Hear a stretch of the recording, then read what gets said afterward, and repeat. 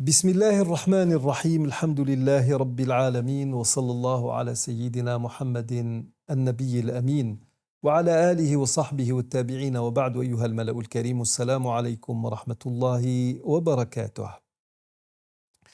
Nous avons terminé notre dernière séance par justement ce sujet qui fait polémique chaque année. Doit-on procéder au calcul astronomique ou doit-on se fier uniquement à la vision à l'œil nu? Je vous le disais, l'islam est une religion rationnelle. L'islam est une religion que Dieu a voulu pour l'humanité, pour toute l'humanité jusqu'à la fin des temps. Les hommes, chacun d'eux vit son époque, vit dans son milieu et à partir de là, les esprits figés normalement n'ont pas lieu d'être. À l'époque même de la révélation, des gens sont venus. Nous avons un hadith où le messager de Dieu, nous dit Inna ummatun ummiyatun la naktubu wa la nahsub الشهر هكذا وهكذا يعني مرة 29 ومرة 30. Nous sommes une nation illettrée qui n'emploie ni l'écriture ni le calcul. Un mois est ainsi en faisant 30 et un mois est ainsi en faisant 29. Donc, pourquoi cette question au messager de Dieu alayhi salatu wassalam? Parce que quand nous étudions l'histoire des sciences, nous nous rendons compte que chez les Arabes de l'ère pré-islamique, il y avait des zij. Un zij, c'est une carte du ciel. Donc l'astronomie était connue chez les Arabes. Et des gens sont venus, surtout ceux parce qu'il y avait aussi des astrologues. C'est des gens qui savent compter, qui savent faire le calcul astronomique. Apparemment, on est venu lui poser la question, pourquoi ne pas utiliser le calcul? Et c'est pour cela qu'il a donné cette réponse. Ça veut dire que Allah subhanahu wa ta'ala nous a donné le moyen le plus facile, le plus à même de nous permettre d'accéder à ce culte. La vision à l'œil nu. Vous l'avez vu, c'est bon, commencez le jeûne. Vous ne l'avez pas vu, complétez à 30 le mois dans lequel vous vous trouvez. Et l'affaire est close. Un grand imam, un grand nom de la théologie musulmane, l'imam Abu al-Abbas ibn Surayj, rahmatullahi alayhi, nous dit, quand le messager de Dieu, alayhi salam, nous dit Sumu li ru'yatihi wa aftiru li ru'yatihi, il s'adresse au commun des musulmans quand il dit Inna ummatun ummiyatun la naktubu wa la nahsub, nous sommes une nation illettrée qui n'emploie ni l'écriture ni le calcul. Ça veut dire qu'il s'adresse à des gens qui ont la possibilité de mettre en œuvre le calcul astronomique. Et c'est pour cela que nous sommes face en réalité à un point qui ne devrait en aucun cas faire polémique. Maintenant, passons à autre chose, un autre point, un point qui est très très important et qui lui-même a donné naissance à des polémiques. L'histoire et l'évolution du jeûne. Alors, le jeûne a été institué en l'an 2 de l'Hégire par la révélation des versets 183 et 184 de sourate al-Baqara. Ya ayyuhalladhina amanu kutiba alaykumus siyamu kama kutiba ala alladhina min qablikum la'allakum tattaqun. Ô vous qui avez cru, le jeûne vous a été prescrit comme il a été prescrit à vos prédécesseurs, peut-être atteindriez-vous la piété. Ensuite, le verset 184 nous dit ayyaman ma'dudat, un nombre de jours comptés.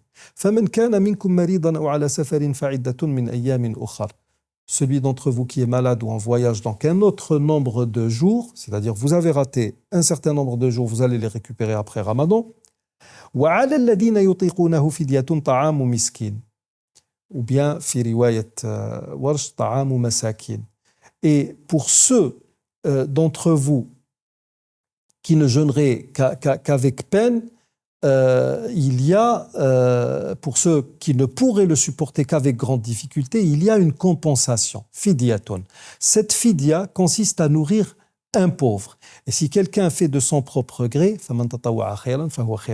c'est pour lui, si quelqu'un fait plus de son propre gré, c'est pour lui, mais il est mieux pour vous de jeûner. Donc le jeûne est préférable. Ce verset nous indique donc que, au début, parce que nous jeûnons de l'aube jusqu'au crépuscule, et nous sommes dans l'obligation de jeûner, sauf si nous sommes malades ou si nous sommes en voyage. Au début du jeûne, les gens que le jeûne éprouvait les vieux, par exemple, les personnes âgées, avaient le droit de ne pas jeûner et devaient nourrir un pauvre pour chaque jour manqué. Il en était de même aussi pour la femme enceinte et celle qui allaitait.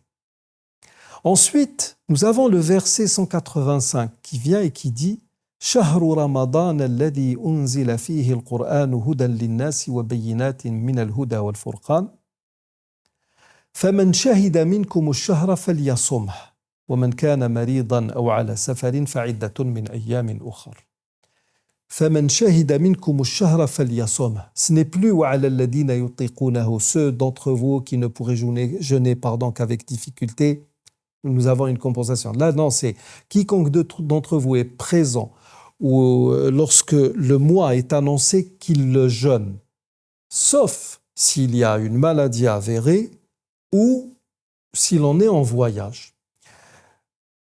Donc, au début, on avait le droit de faire le choix. Par la suite, ça n'était plus le cas. Ensuite, le jeûne est passé en termes de temps par une autre étape, qui est la période du jeûne. Les premiers musulmans jeûnaient, commençaient le jeûne à partir du moment où ils entraient en sommeil. Et ils devaient poursuivre le jeûne jusqu'au lendemain au crépuscule, le maghrib. Et dès que l'un d'eux entrait dans une nouvelle phase de sommeil, il entrait automatiquement dans une nouvelle phase de jeûne. C'est ainsi qu'ils jeûnaient. Et puis, il faut savoir aussi une chose, c'est que le jeûne, il était connu chez les Arabes de l'ère pré-islamique. Et c'est ainsi qu'ils jeûnaient. Certains pourraient me dire, mais attendez, comment est-ce que ces gens-là connaissaient le jeûne? C'était des païens qui ne croyaient même pas en Dieu. Les Arabes de l'ère pré-islamique jeûnaient le jour de Ashura. Et Ibn Hajar, dans son interprétation de Sahih al-Bukhari, nous rapporte d'après Ikrima que les Mécois avaient commis un impair, un manquement, une faute grave. Ils voulaient se disculper de tout cela, ils voulaient se repentir et des Juifs leur auraient suggéré de jeûner le jour de Ashura. Et le prophète jeûnait Ashura à la Mecque, mais il ne savait pas en quoi consistait Ashura. Ce n'est qu'une fois à Médine, quand il a remarqué, quand il a vu que les Juifs jeûnaient Ashura, qu'il est allé les interroger au sujet de ce jeûne. Et donc, c'est là qu'ils lui ont dit, c'est un jour vertueux où Dieu a sauvé les Hébreux et Moïse du joug de Pharaon. Il a dit, donc il a jeûné, il a dit « Ana ahqu bi Moussa minkum, je suis plus digne de Moïse que vous ». Il a jeûné, a ordonné qu'on le jeûne. Et quand le mois de Ramadan a été institué en l'an 2 de l'Hégire, il a dit, le jour de Ashura ne vous est plus obligatoire. Si vous voulez le jeûner, jeûnez-le. Si vous ne le voulez pas, ne le jeûnez pas. Donc, le jeûne était connu, mais les gens ne jeûnaient pas comme nous le faisons aujourd'hui, de l'aube jusqu'au crépuscule. Ils entraient en jeûne à partir du sommeil jusqu'au lendemain au crépuscule.